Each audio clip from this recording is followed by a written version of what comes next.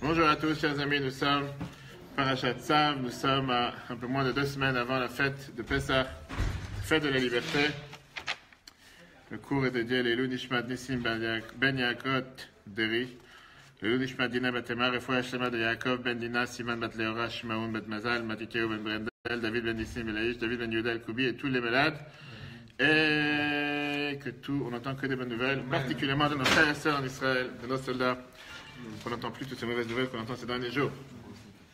En tout cas, chers amis, on va commencer aujourd'hui un cours très intéressant sur le sens de ce Shabbat. Le sens de ce Shabbat qui a un sens quand même énormément important puisqu'il est appelé le seul Shabbat de l'année qui est appelé le grand Shabbat. Alors que nous ne sommes pas du tout le plus long Shabbat de l'année. C'est en général le mois de juillet, même si nous sommes en plein mois de décembre. Néanmoins, on sait très bien que ce Shabbat, il a une connotation particulière, il a un sens particulier. Pourquoi est-il appelé le grand Shabbat? Quel est le sens du grand Shabbat? On va voir aujourd'hui pas seulement l'explication d'après le Shulchan Aruch, l'explication d'après le Midrash, l'explication chassidique et surtout la corrélation, le lien qu'il y a avec Myriam qui est décédée aussi ce Shabbat. Alors pas cette année, le 10 Nissan, mais à l'origine. Shabbat 10 Nissan, c'est son jour de son anniversaire de décès. Et on va voir le lien qu'il y a avec la Tchouva. Ça, c'est exactement le menu que nous avons pour ce soir. Comprendre qu'est-ce que ça veut dire, pourquoi on appelle ça un long Shabbat. Oui. On est le 3 là, on va 10. Aujourd'hui, on est le 3. Mais en général, le Shabbat Agadol, l'original, le premier, c'est passé le 10 Nissan. C'est ce qu'on va voir ensemble ce soir. Commençons d'abord avec le Shalol, le Shnei Luchatabrit. Shnei Luchatabrit, il nous dit qu'en règle générale, les parachiotes qu'on lit dans la Torah, ils sont toujours en rapport avec le temps de l'année dans lequel nous lisons ces parachiotes. Et donc, on est bien obligé de dire que le fait que la paracha de Tzav, c'est une paracha que nous lisons régulièrement, surtout quand c'est une année comme cette année qui est considérée une année simple, et pas une année doublée, pas une année Meuberet. On a l'habitude toujours de lire Parashat Tzav avant Shabbat, avant Pessah. Parashat Tzav est toujours lu pendant Shabbat Agadol. Et donc il y a certainement un lien et un point commun entre les deux. Regardons le premier point. Tzav est forcément lié avec Shabbat Agadol. Le Shnei Luchatabrit Parashat Vayeshev nous dit, il est évident que toutes les fêtes de notre calendrier ont un rapport avec la paracha avec laquelle elles coïncident. Car tout cela est réfléchi et mis en place par Dieu. Bien, le Shulchan Aruch Chaim nous dit dans la page chapitre 428K, la paracha Tzav est toujours lue avant Pessah, dans les années simples, non embolismiques, qui est le cas de l'année prochaine, qui n'est pas le cas de cette année. On a arrêté la fin. L'Admor Hazaken, il vient nous expliquer dans le Shulchan Aruch. Il explique la raison pour laquelle ce Shabbat est appelé un grand Shabbat. Et il nous dit la chose suivante. Vous voyez le texte, traduire, on dira le Chaim sur le Jack Daniels. Le Shulchan Aruch dit la chose suivante. Shabbat, Shelifna Pesach, Korinoto Shabbat Agadol. Le Shabbat d'avant Pesach, on a l'habitude de le lire, de l'appeler le grand Shabbat. Pourquoi? Le Fish Naaseh Bones Gadol. Parce qu'un grand miracle s'est passé ce Shabbat-là. Pourquoi? Pierre le Shulchan Aruch te dit c'est très simple. Pesach Mitzrayim Mayami Krovi Ba'asar Chodesh. Puisque l'agneau pascal devait être préparé en Égypte depuis le 10 Nissan, qui était à l'époque Voto Hayam Shabbat Hayam. C'était un Shabbat ce jour-là. Ou chez la Krou Israël puis Israël Voto Shabbat. Quand le peuple juif, ils sont venus, ils ont pris leur agneau ce Shabbat. Nitkaptsu Bechore Umot Ha'olam. Les aînés égyptiens se sont rassemblés et leur demandèrent de quoi s'agit-il? Et tel Israël, Shalom, ils leur ont demandé, qu'est-ce que tu es en train de faire? Tu as une autre affaire que de prendre un agneau, le mettre dans ta chambre, attaché au pied de ton lit. Le peuple juif a répondu, Zevar Pesachul Hashem. C'est en vue d'un sacrifice en l'honneur de Dieu, chez Yaharog Bechore Mitzrayim, qui tuera les aînés égyptiens. Alchou Bechore Metzalavotem. Les premiers-nés égyptiens sont partis voir leurs parents, à eux. Ve'el Paro, ainsi que chez Pharaon. Le Vakesh même chez Shachot Israël, en exigeant de laisser partir le peuple juif. On n'est pas intéressé à mourir. On sait d'avance qu'on va être tué, on ne veut pas mourir. Et là, ils ont refusé. Qui a refusé? Pharaon et les parents des premiers-nés. Asur Bechorot Imahem Bilchama. Les premiers-nés, ils ont fait avec eux la guerre. Ve'hargu Arbe Mehem, et ils ont tué beaucoup d'entre eux. C'est ce qu'on dit tous les Shabbat matin dans la prière, les marqués Mitzrayim Bifroem, qui veut dire que c'était une guerre dans laquelle celui qui frappe les Égyptiens par leurs aînés. Ça, c'est ce qui s'est passé. Mais quand vous, vient le Shulchan Aruch te dit, quand vous, Nazé, on a fixé ce miracle, les Zikaron, en mémoire les Dorot pour les générations à venir. Shabbat, ce Shabbat-là. Vekarou, et c'est la raison pour laquelle on a appelé ce Shabbat le grand Shabbat, Shabbat Agadol. Bien, la question qui est demandée, première question qui est demandée, Shulchan Aruch demande, quand est-ce que s'est passé ce miracle? On l'a dit tout à l'heure, c'était le 10 Nissan, le jour qu'on a décidé de prendre les agneaux et de les amener dans l'intérieur de la chambre, pendant 4 jours. Ça, c'était quand? Le 10 Nissan, puisqu'on est sorti de Pessah, on est sorti le 14 Nissan au soir, la fin du 14 Nissan. Quel était le but de fixer ça le jour de Shabbat? Le 10 Nissan était un Shabbat. Le 10 Nissan était un Shabbat. Quel était le but de fixer ça le Shabbat? À l'époque, c'était Shabbat. Mais le miracle s'est pas passé Shabbat. Le miracle s'est passé parce que c'était le 10 Nissan. Quel rapport avec Shabbat? Pourquoi on en fait de ça un monde le jour de Shabbat? Et quel rapport on parle de la mort de Myriam en fait? Après, on va y arriver. On n'est pas encore arrivé, monsieur. Tu en avance. Il est temps de commencer à consommer un peu de Jack Daniels et la pizza. Tu vas être remis pas en speed. On n'est pas encore ensemble. On n'a pas le droit de dépasser les limites. Et donc, pourquoi ne pas l'avoir fixé? Je te demande pourquoi ne pas l'avoir fixé sur une date calendaire comme pour toutes les autres fêtes. Pessah est fixé quand? Le 15 Nissan. Rosh Hashanah, 1er Tishri. On n'a jamais vu qu'on fixe une date anniversaire en fonction du jour de la semaine dans lequel il est tombé. Et là, on en fait un monde du fait que ça s'est passé à l'époque. C'est vrai que c'était Shabbat. Mais au final, tous les ans, ça tombe pas Shabbat, comme cette année? C'est-à-dire que Shabbat est plus important que la date. Tu veux dire à l'époque ou aujourd'hui? C'est ça qu'on essaie de comprendre. Pourquoi on s'est fixé sur cette date? Encore une fois, ce qui s'est passé, ça s'est passé le 10 Nissan. On peut peut-être fixer plus sur le Shabbat. La question, elle est pourquoi, justement? Pourquoi tu as fait un monde de ce Shabbat? On sait très bien que la Gemara nous dit que Bekul Alma Beshabbat Nitan Torah. Shabbat a été donné la Torah. Matan Torah, une seconde. Matan Torah, c'est le 6 Sivan. On n'en fait pas un monde le Shabbat qu'on a reçu la Torah. On fait la fête, le 6 Sivan. Même si ça a été donné Shabbat, apparemment. Mais il s'avère que c'était le 10 Nissan, mais Oui. c'était surtout un Shabbat. C'était tombé à Shabbat, oui, alors. C'est surtout un Shabbat et il s'avère que c'est le 10 Nissan. Bon. Donc, toi, tu inverses les choses. Voilà. Moi, je te dis que c'est le seul épisode dans la Torah qu'on inverse les choses et qu'on se focalise sur le jour de la semaine et pas sur le jour du calendrier. Et c'est ce qu'on veut comprendre. Pourquoi? Pourquoi tout d'un coup tu donnes de l'importance au jour de la semaine et tu ne donnes pas d'importance au jour du calendrier? C'est peut-être la seule qui tombe Shabbat aussi. Je viens de te dire que Matan Torah est tombé Shabbat. Shabbat aussi. La Gemara te dit Kula Alma Matan Torah Nitna Shabbat. C'est le problème. Et donc, si Shabbat est exactement, il est temps. Et donc, il ne faut pas que Harry boit tout seul. Et donc, si tout le monde est d'accord que Shabbat a été donné la Torah, tu as qu'à fixer Shabbat de Matan Torah. Pourquoi tu fixes aussi Sivan? Mais là, Malokavou, ben, Cyril le Chodesh. Shulchan Aruch vient te demander la question pourquoi on n'a pas fixé ça le 10 mois? Stam. Ben Shechal Bechal, Ben Shechal Beshabbat. Que ça tombe Shabbat ou que ça tombe dans la semaine. Que derrière Shenikvu Kolamadim. De la manière que c'est tombé toutes les fêtes on les fixe en fonction du date anniversaire du calendrier et pas la date anniversaire de la semaine. Regarde l'histoire et la réponse que Shulchan Aruch te dit qui est apparemment complètement hors sujet. Le fit parce que chez Be'asara ben Nissan, le 10 Nissan, Meta Myriam est morte. Le Kavubo Ta'anit Keshechal Bechal. Et on a fixé un jour de jeûne, le 10 Nissan, le jour du décès de Myriam, qui s'est passé combien d'années plus tard? Beaucoup d'années plus tard.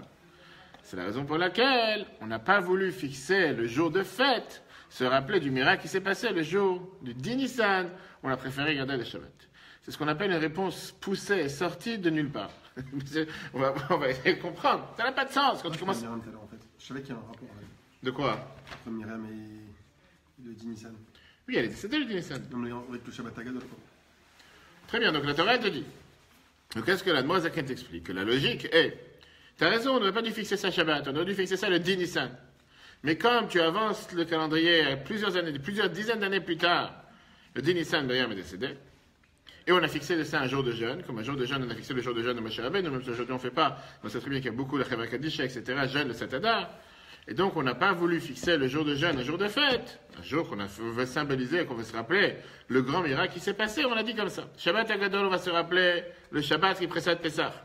Parfois c'est même la veille de Pessah, quand Pessah tombe dimanche. Parfois c'est une semaine avant, comme cette semaine, comme cette année. Et le 10 Nissan, laisse-moi tranquille, on ne garde pas la date du 10 Nissan. Est-ce que c'est une réponse qu'on peut accepter? Alors que si on veut trouver beaucoup d'autres choses qui sont passées dans le calendrier, on peut très bien trouver qu'il n'y a pas parfois des raisons logiques qui font qu'on n'aurait pas dû fixer une date anniversaire, tel jour, telle date, on aurait dû fixer une autre date. Mais ça, c'est ce que Shulchan Aruch te dit. Vient le rabbi te demande la question suivante. De Tzarech Lavin, il faut comprendre. Premier point, première question. Le Noazakan, il vient de nous rappeler ici dans Shulchan Aruch un point important. Le fiche Naasebo Nes, bravo. Le fiche Naasebo Nes Gadol, parce qu'il a été fait en cette fête un grand miracle. Et là, je vais vous rentrer dans les détails de comment fonctionne le Shulchan Aruch. Tosfot, dans la Gemara Shabbat, page 87b pour Yoram, te dit exactement le même terme. Le fiche Naasebo Nes Gadol, parce que ça a été fait un grand miracle. Dans le tour, on te dit exactement la même chose. Shulchan Aruch, il ne dit pas une chose pareille. Le Mechaber, il te dit, Mipnei Hanes Shenaasebo, à cause du miracle qui a été fait. Tu ne parles pas de grand miracle. Maintenant, on peut dire que quelle est la différence avec le Mechaber, Bet Yosef. Le Mechaber ne fait pas, comme il n'est pas un Shulchan Aruch qui vient t'expliquer les raisons des lois, donc il te dit ici, pourquoi c'est appelé Shabbat HaGadol, parce qu'il y a eu un miracle, il n'a pas commencé à te rentrer dans les détails. Le tour, et le Shulchan Aruch, Admor Hazaken, qui sont connus pour être ceux qui expliquent la halachot beta amen, qui veut dire avec leurs raisons. Je donne les raisons à halachot. Il vient et te dit la raison qu'il y a eu ici un grand miracle, et c'est la raison pourquoi il est appelé Shabbat HaGadol. Ok. Mais la question qui est demandée est la suivante. Pourquoi l'Admor Hazaken, il appelle ça Shabbat HaGadol? Parce qu'il y a eu ici un grand miracle. Apparemment, il y a un lien. Shabbat HaGadol, grand Shabbat, parce qu'il y a eu grand miracle. Ça veut dire, viens, on commence à analyser exactement qu'est-ce qui s'est passé. Premièrement, quelle était la grandeur de ce miracle et quel était le but de ce miracle? La grandeur de ce miracle pour le peuple juif, zéro. Vraiment, on parle ici, comme on appelle ça, on voit tout le temps dans les nouvelles, une bagarre de bandes, ils se sont entretués, ils se sont entre-massacrés, et c'était en bas de chez toi. Et alors? Quoi tu as à faire avec cette bagarre de bandes? Tout tranquille. Ça s'est passé en bas de chez toi, pour ça, ça a un rapport avec toi. Pour ça, tu dois fêter qu'il y a une bande qui a gagné une autre bande. C'est exactement la même chose qui s'est passé. La preuve est que ce miracle, ce qui s'est passé comme bataille entre les premiers-nés et leurs parents, même s'il y a eu beaucoup de tués et beaucoup de morts, ça n'a rien changé pour le peuple juif. La preuve est qu'on n'est pas sorti le lendemain. On a dû attendre jusqu'au 14 Nissan, on a dû attendre jusqu'à ce que Pharaon vienne nous voir et qu'il nous fasse sortir. Naturellement parlant, il n'y a rien qui s'est passé pour nous. Donc pas seulement qu'il n'y a pas eu ici un grand but pour le peuple juif en soi, mais il n'y a eu aucun but. C'est un miracle. Je veux dire, c'est un épisode qui est du non-sens. Il y a des bagarres entre bandes tous les jours, une autre bagarre entre une autre bande. Là, la spécialité, c'était quoi? Les enfants contre les parents. Ok, c'est la première fois et c'est la dernière fois. Dans l'histoire, tu as toujours eu des bandes qui se disputent. Tu as toujours aujourd'hui des groupes ethniques qui se disputent dans le monde, les chiites, les sunnites, et va savoir quoi d'autre. Et quel rapport avec nous? Pourquoi on a fait de ça un monde à tel point qu'on doit dire que c'est un grand miracle? Et c'est pour ça que ce Shabbat est appelé grand Shabbat. Quel rapport avec toi? Ça n'a rien changé pour nous. Claire? Oui, t'as cassé la clé, Mazeltov. Pourquoi tu as créé des serrures? Et pourquoi tu tapes pas sur la table, c'est plus facile? Ça fait du bruit. Ouais, tu peux faire du bruit, t'inquiète pas. Tape sur la chaise, c'est pas du bruit, c'est pas grave. Ça va juste réveiller ceux qui dorment. Ok. Ça, c'est la première question qui nous dérange. Deuxième question. Ça, c'est encore plus dur. La deuxième question qui nous dérange, c'est ce qu'on a dit tout à l'heure. Que le fait que le jour de jeûne pour le décès de Myriam a été fixé ce jour-là, ça a le pouvoir de repousser, chaque bonne chose arrive avec difficulté. Ça a le pouvoir de repousser quoi? De repousser le fait d'avoir fixé le jour de jeûne, le jour de miracle, le jour de Shabbat. C'est-à-dire que même si on aurait voulu se rappeler ce jour en fonction de Zecher Yetziat Mitzrayim, le même moment que s'est passé le miracle, et donc on aurait fixé ça quand? Le 10 Nissan, puisque la première année c'était le 10 Nissan, et après qu'il y a eu la mort de Myriam plusieurs années plus tard, et après qu'on a fixé un jeûne pour l'année de Myriam, on l'a poussé au jour de Shabbat, on aurait pu dire qu'on peut comprendre pourquoi. Parce que la force d'un jeûne, qui est rappelé dans Megillat Ta'anit, peut pousser même l'interdiction de jeûner un jour de Rosh Chodesh dans lequel on n'a pas le droit de jeûner. La plus forte raison ici, que c'est une simple coutume. Qu'est-ce qu'on est en train de fêter? On ne fête pas Shabbat HaGadol. On n'est pas en train de fêter Shabbat HaGadol. On dit que c'est un grand miracle qui s'est passé, et c'est un grand Shabbat. Mais ce n'est pas ici une fête, un Yom Tov ou quoi que ce soit. Surtout qu'on peut très bien comprendre que le fait que, si on veut dire, peu importe la raison, fixer le miracle, ça s'est passé après la mort de Myriam, et donc comme la mort de Myriam était fixée d'abord, le fait de vouloir se rappeler le miracle de Shabbat HaGadol, c'est devenu secondaire. Mais le rabbi dit que ce n'est pas compréhensible une chose pareille. Pourquoi? Parce que se rappeler le miracle, oublions maintenant l'histoire de la mort de Myriam, on aurait dû le fixer le 10 Nissan, comme on a fixé toutes les fêtes. Sans discuter. Il n'y a pas une autre fête dans le calendrier qu'on se base sur un jour de semaine. On n'en a rien à faire si c'est tombé un dimanche, un lundi, un mardi, mercredi, jeudi, vendredi, peu importe. C'est pas pour ça qu'on sait très bien que chaque année ça change. On l'a fixé parce que ça tombe quand ça tombe le 10 Nissan. Et donc, comment on a pu ici changer la manière de vouloir fixer une fête, mettre ça sur un autre jour qui n'a rien à voir, qui est totalement secondaire, voire même pas en rapport, pour quelque chose qui s'est passé 39 ans plus tard.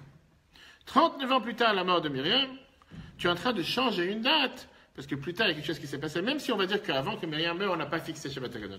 Mais tu veux te rappeler de quoi? C'est comme si j'allais dire, Purim s'est passé le 14 Adar. Et comme tel jour, il y a eu un malheur, il y a eu Aaron qui est mort, par exemple, si c'était le 5 Av. Aaron est décédé le 14 Adar. Et donc, on va décaler Purim. Et on ne va pas faire Purim le 14 Adar. On va faire Purim le 20 Adar. Ou il y a plutôt, puisque Purim, 14 Adar, c'était un dimanche. Et en règle générale, on aurait dû fixer la fête le 14 Adar. Mais comme il y a quelqu'un d'important qui est décédé le 14 Adar, donc à la plage, je vais te fixer Purim tous les ans en dimanche. Et le 14 Adar, ça devient banal. C'est exactement ce qu'on est en train de dire. Le miracle s'est passé quand? Le 10 Nissan. Et comme 39 ans plus tard, Myriam est décédée. Donc à la place de vouloir garder la date du 10 Nissan, que chaque année aurait pu être un dimanche, un lundi, un mardi, comme cette année c'est un lundi, non, préfère le garder au jour du Shabbat. En deux mots, c'est comme si j'allais jouer au jeu de mots en te disant, le miracle s'est passé un jour de semaine et un jour de mois. Shabbat, 10 Nissan. Puisque la date anniversaire, je ne peux pas la garder, parce que j'ai fixé un jour de jeûne, alors autant garder la date de semaine. Au moins me sentir à l'aise qu'il y a une certaine ressemblance. Et moi, je te dis, qu'est-ce que tu prends la tête? On n'a jamais vu une chose pareille, je ne vois pas pourquoi on ferait ici une différence. Regardons le 3. Deux questions sur la célébration du miracle.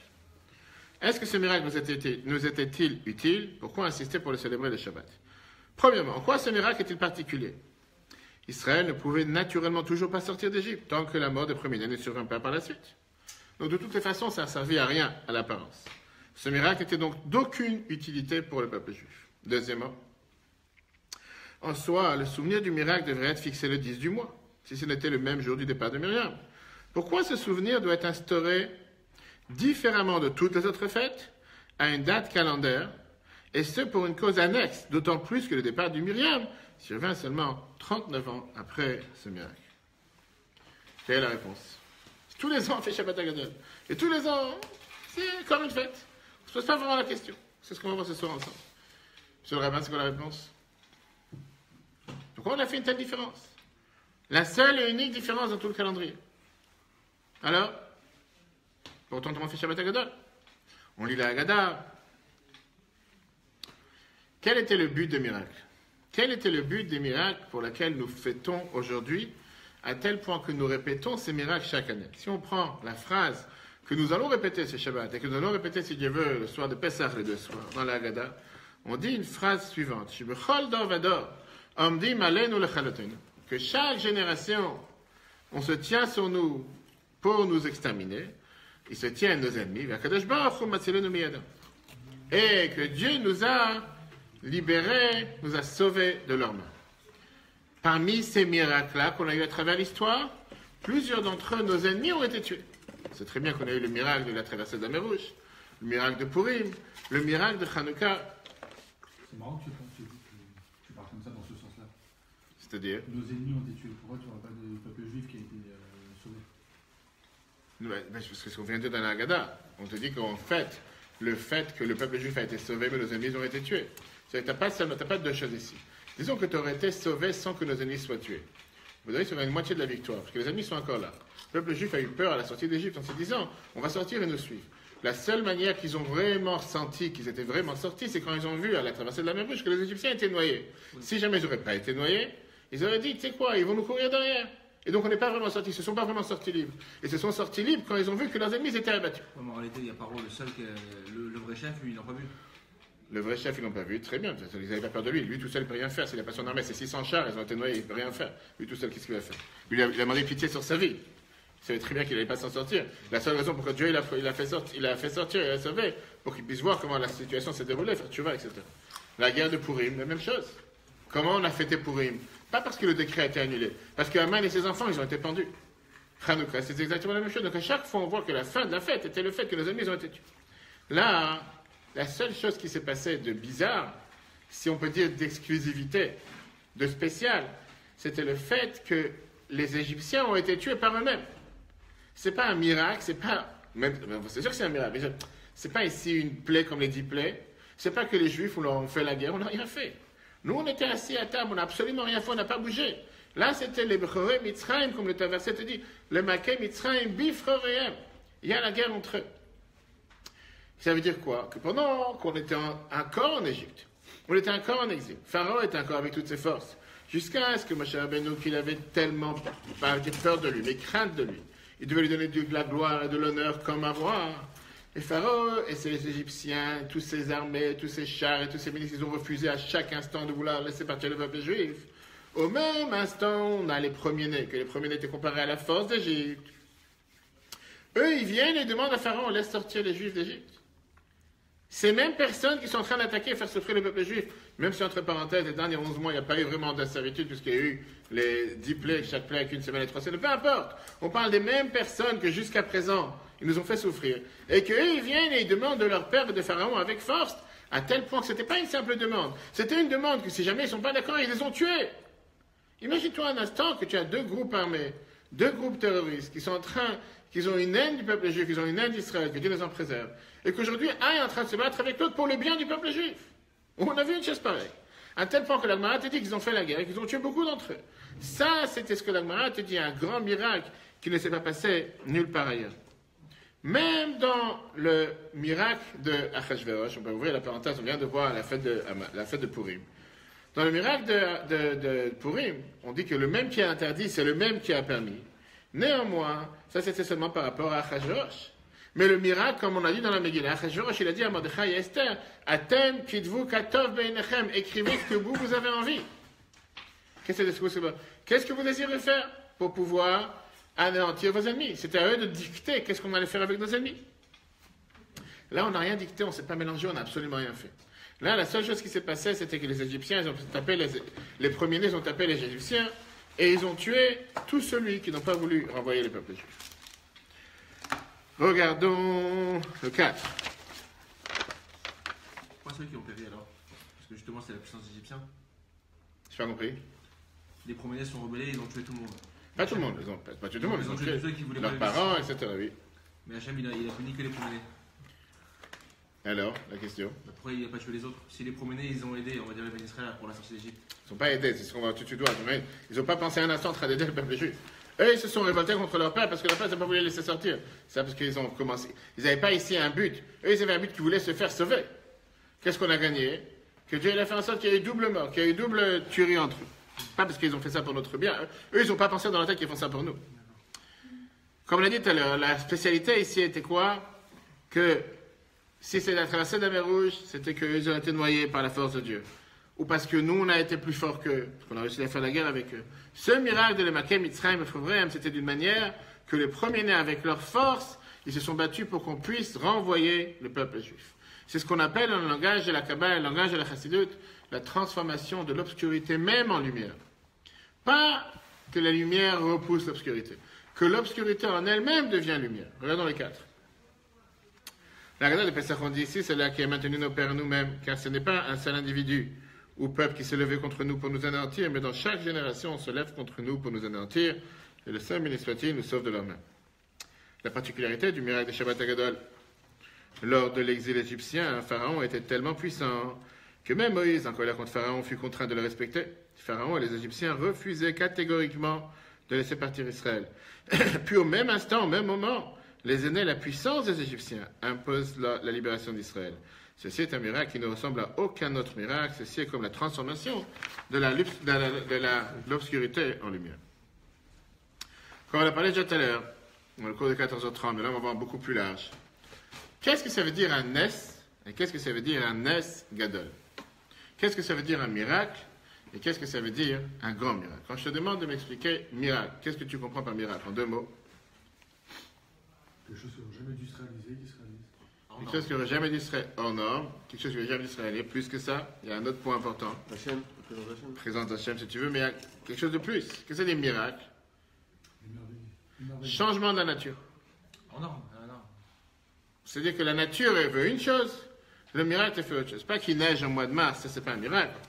Le fait qu'il y a quelque chose qui est surnaturel, changement de la nature. Maintenant, quand vient la Torah, elle te dit que le miracle n'est pas un miracle hors norme. C'est pas un miracle surnaturel, mais c'est un miracle qui est naturel, comme la Torah le décrit. En deux mots, qu'est-ce qu'il y a de... Si je veux analyser cet épisode, cette bagarre qu'il y a entre deux groupes, qu'est-ce qu'il y a de miraculeux ici? Qu'est-ce qu'il y a de miraculeux? Comme je te dis, c'est la première fois que tu as des histoires entre parents et enfants. Tous les jours, tu as des histoires. La Torah vient te dire c'est un miracle qui est beaucoup plus fort. C'est un miracle, apparemment, comme si tu n'as rien fait. C'est pas que tu as dit un mot. C'est pas que tu es parti voir quelque chose. Tu n'as rien fait. Nous, on n'était vraiment pas mélangés dans l'histoire. C'est une histoire que si la Torah ne nous l'aurait pas racontée, on n'aurait même pas été au courant. Je veux dire, tu étais assis chez toi à la maison, tout d'un coup, tu entends des cris dans la rue, et tu vois que les enfants égyptiens sont en train de se battre avec leurs parents. Quel rapport avec toi? Tu es parti, tu as dit quelque chose, tu as pris leur place de parking, t'as rien, absolument... C'est quelque chose qui n'a absolument rien à faire avec nous. Mais néanmoins, ça a causé un homme bien pour le peuple juif, le fait qu'on se débarrasse de ces gens-là. Ceux qui nous ont fait souffrir par eux-mêmes. Qu'est-ce que c'était ce miracle que les Égyptiens ont été frappés par leur premier-né? La Torah vient et nous dit... Tout de suite, hein? Parce que le but pourquoi on a été mis en Égypte, c'était pour élever toutes ces étincelles divines qui étaient en Égypte, qui étaient cachées en Égypte. Et une fois qu'on a fini notre mission, on devait partir d'Égypte, on n'avait plus rien à faire là-bas. Là, le fait que les Égyptiens eux-mêmes sont venus se battre contre leurs parents, le fait que même c'était avec quelle demande? Pour pouvoir envoyer le peuple juif. Malgré que je peux très bien comprendre, naturellement parlant, ils avaient peur pour leur peau. Ils savaient très bien que s'ils n'allaient pas le faire, très bien. Mais spirituellement parlant, parce qu'au final, il y a bien la main de Dieu derrière, c'était un changement du fait que c'est le mal en soi qui est devenu bien. L'obscurité lui-même est devenue lumière. Ceux que jusqu'à présent se battent pour que tu sois asservi, anéanti, tuer les enfants juifs du matin jusqu'au soir, eux-mêmes aujourd'hui, ils viennent pleurer pour qu'on puisse renvoyer ce peuple que jusqu'à hier, c'était nos ennemis. Ils avaient juste peur, c'est tout. Ils n'avaient pas profondément envie de les laisser partir. Au final, mais quelle était leur demande? Non. Quelle était... Mais parce qu'ils ont peur. Mais c'est comme s'ils avaient le couteau sous la gorge. Très bien. Mais au final... C'est pas une décision qui est prise sciemment, c'est une décision contrainte. Mais c'est ce qu'ils viennent demander? Qu'est-ce qu'ils viennent demander? Oblique pour le pourquoi. Ils viennent demander, ils viennent se battre ici au nom... Une seconde. Si jamais Pharaon, il aurait laissé partir les Juifs.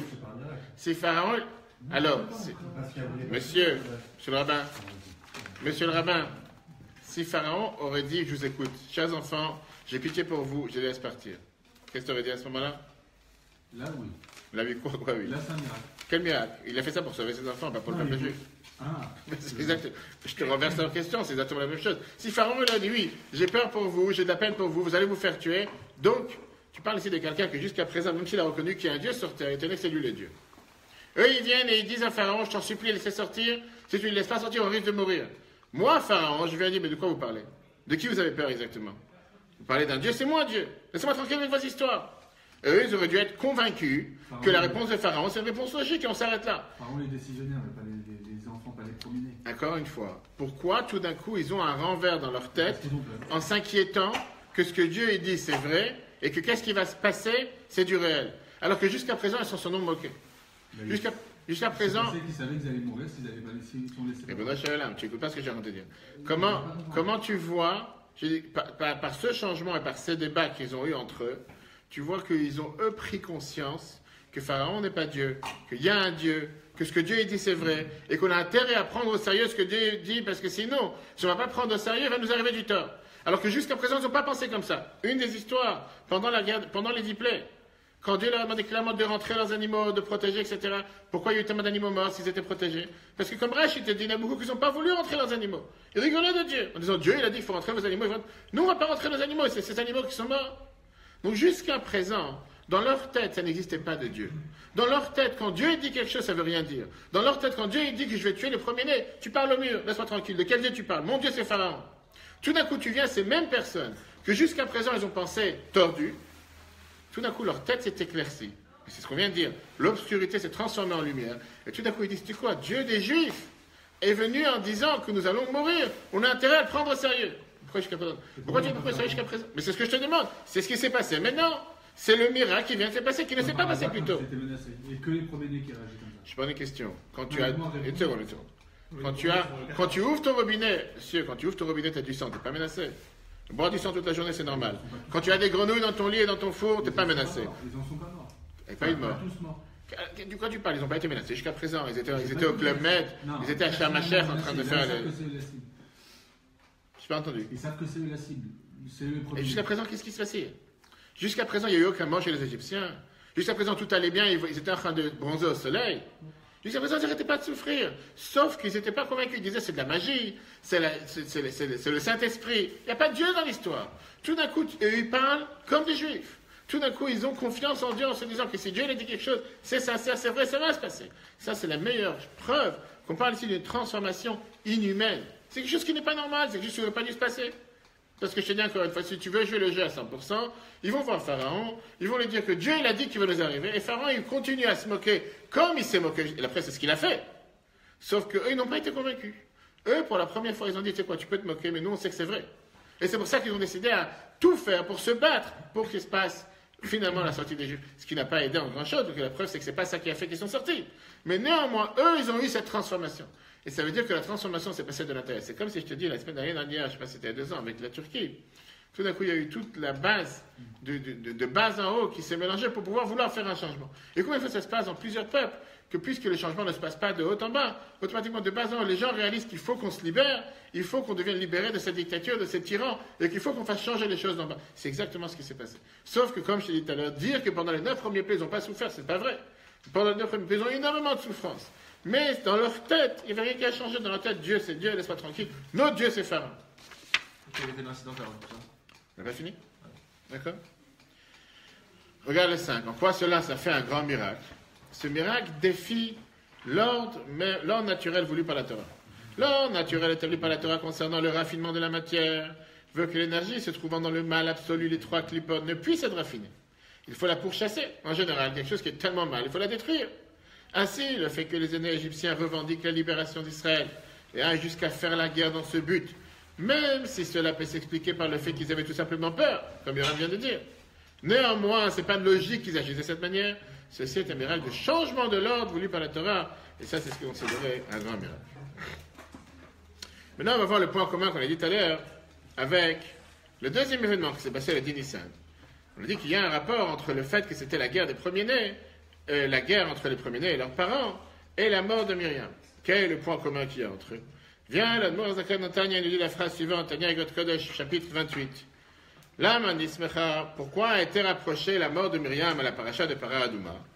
Dans la Torah nous dit de la même manière que la vache pardonne sur les fautes, la mort de Tzadikim vient pardonner sur les fautes. Le même but pourquoi Dieu a créé le devoir d'avoir les cendres de la vache rousse, pour pouvoir purifier tout celui qui était en contact avec un mort. Pareil, la mort de Tzadikim fait des merveilles sur terre et vient pardonner sur la faute de la génération, jusqu'à les fautes les plus graves qu'il peut y avoir dans la génération. Et automatiquement, ça purifie la génération, comme la vache rousse pourrait venir purifier les gens qui étaient en contact avec un mort. Ça, c'est ce que l'Agmara nous dit. Le rapport qu'il y a entre la mort de Myriam, la manismecha parashat mitat Myriam, le parashat Paradouma. Pourquoi la Torah a juxtaposé ces deux événements qui n'ont apparemment aucun rapport? Pour apprendre de là que de la même manière que la vache rousse vient pardonner, mitat tzadikim mechaperet, la mort d'un tzadik aussi vient pardonner. Ça, c'est la base. Maintenant, qu'est-ce qu'on a dit tout à l'heure? Que le fait qu'on a cette guerre, ce débat entre les Égyptiens et les premiers-nés, c'était la plus grande force du mal qui représentait les premiers-nés d'Égypte, qui sont venus pour se battre pour que la volonté de Dieu s'accomplisse. Ça ressemble exactement à la mort de Myriam, que la mort de Myriam qui vient pardonner le mal qu'il y a sur terre, qui vient pardonner les fautes qu'il y a sur terre, qui vient purifier le monde. On arrive ici à montrer comme quoi le monde lui-même a été purifié à tel point que ceux qui représentent les forces du mal s'auto-purifient à tel point qu'ils viennent demander quelque chose que les chrétiens n'ont jamais demandé. Qu'est-ce qu'il vient demander? Il vient demander que le peuple juif soit libéré. Regarde dans le 6. Quel rapport entre ce miracle et le départ de Myriam dit Nissan? La Gemara Moed Katan te dit, page 28a. Pourquoi la Torah juxtapose le départ de Myriam et la paracha de la vache rousse? De même que le rituel de la vache rousse pardonne, de même le départ des justes apporte le pardon. Vient le Tanya dans les Gatakot du chapitre 28. La vache rousse sera purifiée de l'impureté du mort, source d'impureté. De même, la mort des justes apporte le salut, pardonne les fautes de la génération, même celles catégorisées mal absolues. Et alors, quel rapport entre le 10 Nissan et le Shabbat Hagadol? Le jour du départ de Myriam, il n'est pas tellement nécessaire de mentionner le miracle des aînés, Car ce que l'on obtient en rappelant par le Shabbat Agadol la transformation de l'obscurité en lumière est déjà obtenu par le jeûne et souvenir de la transformation de l'obscurité en lumière survenue par le départ de Myriam. Qui veut dire, pourquoi la question qu'on a demandé tout à l'heure, pourquoi on n'a pas pu fixer le miracle le jour même qui s'est passé, qui veut dire le 10 Nissan, on aurait dû le garder le jour du calendrier et pas le fixer le jour du Shabbat. On explique dans la Gemara par rapport à Yom Tov qui tombe Shabbat, Rosh Hashanah. Là, c'était la vidéo, je crois, de cette semaine, de la semaine prochaine. La semaine prochaine, si Dieu veut. La seule fête dans laquelle la Torah n'a pas repoussé la fête qui tombe Shabbat à une autre date, c'est la fête de Pessah. Toutes les autres fêtes, quand elles tombent Shabbat, elles ont été repoussées. Rosh Hashanah tombe Shabbat, qu'est-ce que ça veut dire ça a été repoussé? On ne sent pas le chauffard. Lulav tombe Shabbat, Sukkot tombe Shabbat, on ne fait pas la bracha du Lulav. Quelle autre fête? Purim. Purim qui tombe Shabbat, quand ça peut tomber Shabbat? Si ça peut tomber Shabbat. Non, ça ne peut pas tomber Shabbat. Ça peut pas tomber. N'importe quelle autre fête, en général, Kippour, oui, Kippour, mais il n'y a rien d'autre à faire. Kippour, c'est un jour de jeûne. D'accord? On va voir tout de suite par rapport à Kippour. N'importe quelle fête dans laquelle qui est tombé Shabbat, en général, on repousse. Alors la Gemara te dit la raison pourquoi. J'ai bien vu, on repousse. Un jour de jeûne. Parce qu'on ne peut pas jeûner Shabbat. On n'a pas le droit de jeûner Shabbat. La Gemara te dit la chose suivante. Il y a ce qu'on appelle Zera de Rava, le décret de Rava. Quel est le décret de Rava? La Gemara te dit par rapport à Rosh Hashanah, quand quelqu'un, si jamais Rosh Hashanah tombe Shabbat, et quelqu'un qui ne connaît pas les lois de Rosh Hashanah, comment sonner le chauffard, on a la crainte qu'il va prendre le chauffard dans la rue, transporter dans la rue le jour de Shabbat, pour aller voir, lui dire comment sonner. Et puisqu'on ne veut pas que ça arrive une telle chose, on a enlevé le devoir de sonner le chauffard le jour de Shabbat. L'explication, elle est apparemment difficile à comprendre. Parce que tu as affaire avec quelques ignorants ou quelques personnes qui n'ont jamais appris et que eux, tout d'un coup, voudraient sonner le chauffard ou voudraient faire ce qu'il faut faire. Pour ça, on va repousser une tellement importante le jour de Shabbat. Viens, la Moazakane t'explique qu'en réalité, quand Rosh Hashanah tombe Shabbat, tout ce qu'on aurait pu faire descendre comme divinité, comme supériorité, comme force spirituelle sur terre en sonnant le chauffard, se fait automatiquement par ça que c'est Shabbat.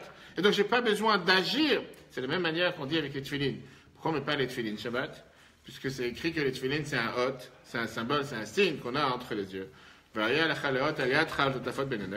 Et puisque Shabbat est déjà un hot, c'est déjà un symbole, je n'ai pas besoin d'avoir deux symboles. La même chose, quand Shabbat tombe Rosh Hashanah, je n'ai pas besoin faire quelque chose pour couronner Dieu à nouveau, puisque le fait que ça tombe Shabbat, j'ai déjà toutes ces forces sans avoir besoin d'agir matériellement. Par contre, quand ça tombe dans la semaine et je n'ai pas la force de Shabbat avec moi, je suis obligé d'agir, de faire quelque chose de particulier. Fermons la parenthèse avec Pessah. Pourquoi pour Pessah, justement, on n'a pas cette crainte? Alors que Pessah, il y a tellement plus de lois, il y a tellement plus de détails. On aurait pu penser que les gens, ils allaient venir et demander des questions à tout le monde. Et là, on ne voit pas qu'ils ont fait une telle chose. Parce que la Torah t'explique que Pessah, on a sauté des barrières, sauté des limites. Dieu, il a sauté sur les maisons égyptiennes, sur les maisons juives, pour aller justement s'occuper des maisons égyptiennes. On a tellement sauté, on est tellement sorti de nos limites, on est sorti de nos barrières, qu'on n'a pas cette crainte que quelqu'un il va venir le jour que Shabbat tombe Pessah, comme cette année, et il va aller peut-être demander à son rave ou quoi que ce soit fait, mais au contraire, quand la Gemara nous dit qu'à l'époque, il y a une raison basique qui est dit que les gens, ils avaient l'habitude, que le rabbin, il avait l'habitude d'aller dans les maisons pour voir comment chacun fait quoi que ce soit, etc. C'est la fermeture de la parenthèse. Quand on parle maintenant du miracle de la mort, de la tuerie qu'il y a eu entre les premiers-nés égyptiens et la mort de Myriam, la Torah te dit que le jour de la mort de Myriam, le 10 Nissan, je veux te rappeler du 10 Nissan, j'ai quelque chose de beaucoup plus important de ce qui s'est passé entre les Égyptiens. J'ai déjà la mort de Myriam. Et donc le fait de se rappeler la mort de Myriam, le jour qui est un tzaddik qui est parti, qui pardonne sur le peuple juif, ça me suffit largement. Je n'ai pas besoin de fixer quelque chose d'autre pour me rappeler le miracle qui est à un niveau beaucoup plus bas, qui n'a rien à voir apparemment avec le peuple juif, entre cette tuerie qu'il y a eu avec les Égyptiens entre eux. Et donc quand j'ai deux événements ce jour-là, je préfère faire prévaloir la mort d'un tzaddik, qui est beaucoup plus important par rapport à une guerre entre Égyptiens, avec tout respect confondu. Ça n'a rien à voir avec la mort de Myriam. Et donc c'est pour ça que je n'ai pas retenu le jour de Nissan. Mais la question qui est demandée, si c'est comme ça, pourquoi avoir gardé maintenant le jour de Shabbat? Si tu dis que je n'ai pas besoin de me rappeler, tu dis parce qu'il faut quand même... On va voir pourquoi. D'abord, regardons le texte. Ici, on a dit. Le 6, on a déjà dit. Très bien, non, le 7. Maintenant, on va comprendre le rapport qu'il y a avec la paracha Tzav, comme on a dit tout à l'heure, que la majorité des années, la paracha Tzav tombe Shabbat. Shabbat Agadol. Oui, Shabbat, Parashat Tzav tombe Shabbat Agadol la majorité des années, même si c'est seulement dans les années comme cette année, parce qu'il y a des années que Shabbat Agadol c'est Shabbat Tazria, quand on a deux mois de Hadar, etc. Le Torah s'est expliqué que dans le monde, comment Dieu il a créé, il y a les 7 jours de la semaine. 7 jours de la semaine forment une plénitude, forment quelque chose de complet. Shivat Imaek qui a fait les 7 jours de Miloïm, les 7 jours qu'on a eu pour l'inauguration du temple, ça montre une certaine perfection. Le chiffre 7 dans la Torah a beaucoup d'importance. Les 7 lignes qu'on met dans les Tfilin, les 7 attributs avec lesquels Dieu a créé le monde. Et la Torah te dit que c'est exactement la même chose qui s'est passé quand il y a eu l'inauguration du temple. Le chiffre 8, c'est toujours au-dessus de la norme. C'est une raison pourquoi la circoncision, c'est le chiffre du 8e jour. Même si ce n'est pas la seule raison, comme beaucoup d'autres raisons, etc. On t'explique qu'aujourd'hui, on vit dans un monde qu'on est encore en exil, dans lequel la lumière de la lune doit recevoir de la lumière du soleil. Mais quand Mashiach va venir, quand la divinité sera totalement dévoilée, il n'y aura plus de force du mal sur terre, la lune, elle aura sa propre force.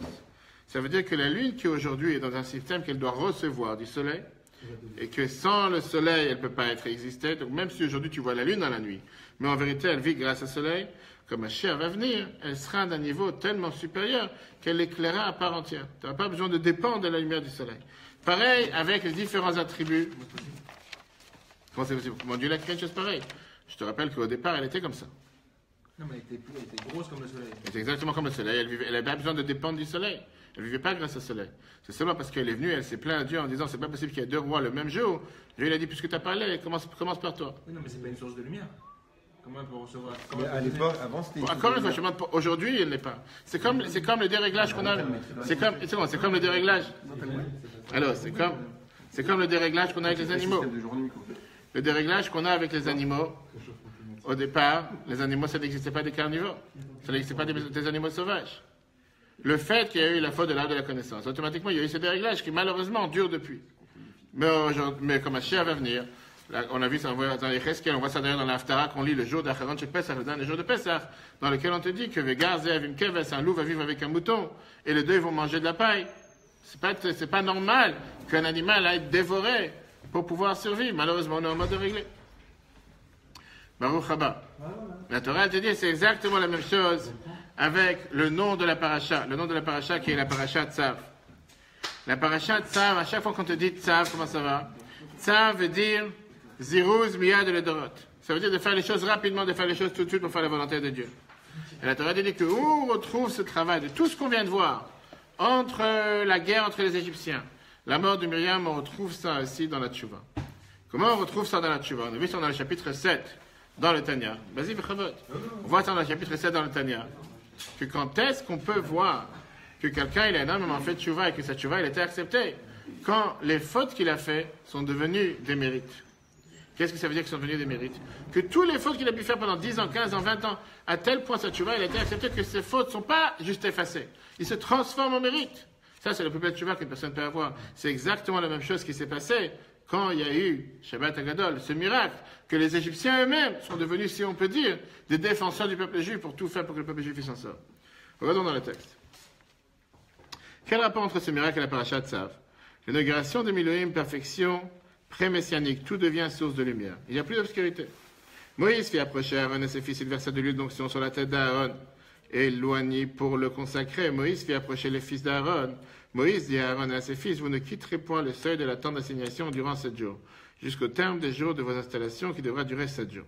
Viens l'Admor Azaken. C'est celui dans l'écoute Torah la chose suivante. Milouim, installation, vient de Milouï, perfection.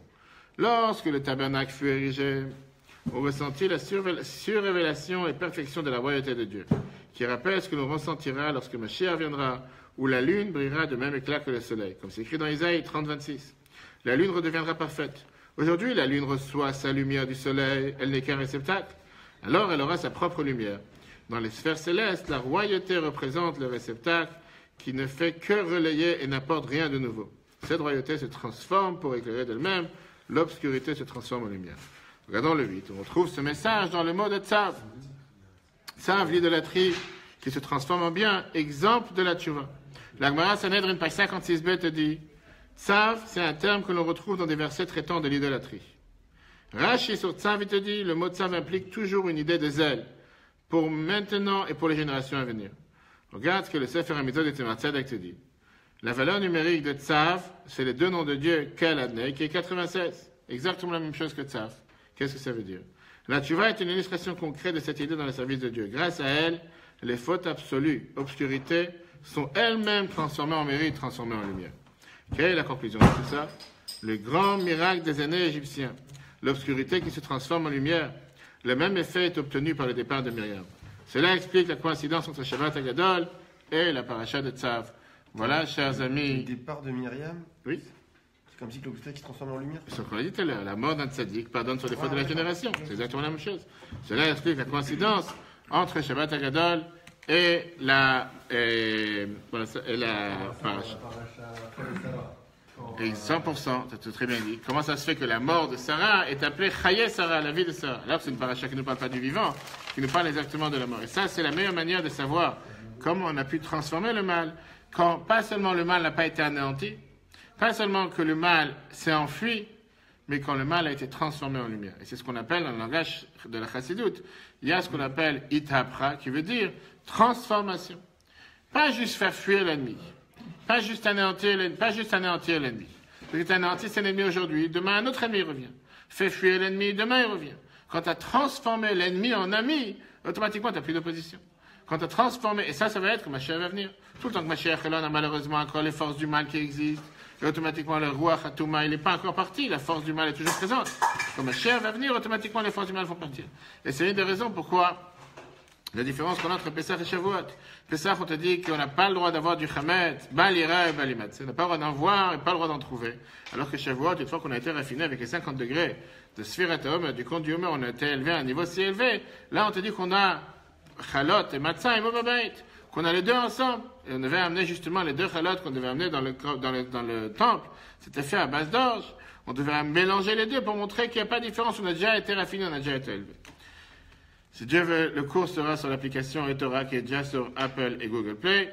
Et dans quelques heures, lundi prochain, on va apprendre la Haggadah ensemble. On va apprendre la Haggadah, on va apprendre les 4 fils. On va apprendre le sens de la Haggadah, plusieurs paragraphes. L'année dernière, on a déjà parlé pas mal d'autres enseignements. Qu'est-ce que représente la Haggadah? Qu'est-ce que ça veut dire le soir de Pessah? Comment on peut apprendre la Haggadah si on veut toute l'année? On n'aura pas encore assez appris. Le plus important, c'est qu'il faut se rappeler que la Haggadah n'est pas juste un livre de Tehillim, de psaumes qu'il faut lire sans comprendre. Celui qui lit la Haggadah sans comprendre, il n'a pas fait la mitzvah de la Torah. Le soir de Pessah, de raconter l'histoire de la sortie d'Égypte, important de comprendre ce qu'on dit. C'est pour ça que la semaine prochaine, lundi soir, 20h30, on va décortiquer la Haggadah avec du Chametz sur la table. Très bonne soirée à tous et à la semaine prochaine.